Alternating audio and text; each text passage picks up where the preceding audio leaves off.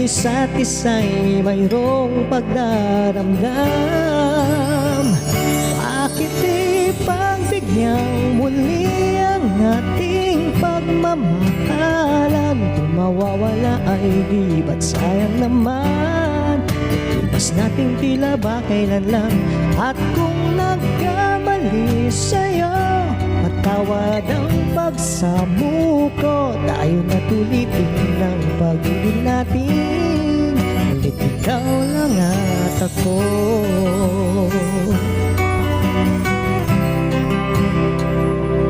Kailangan ko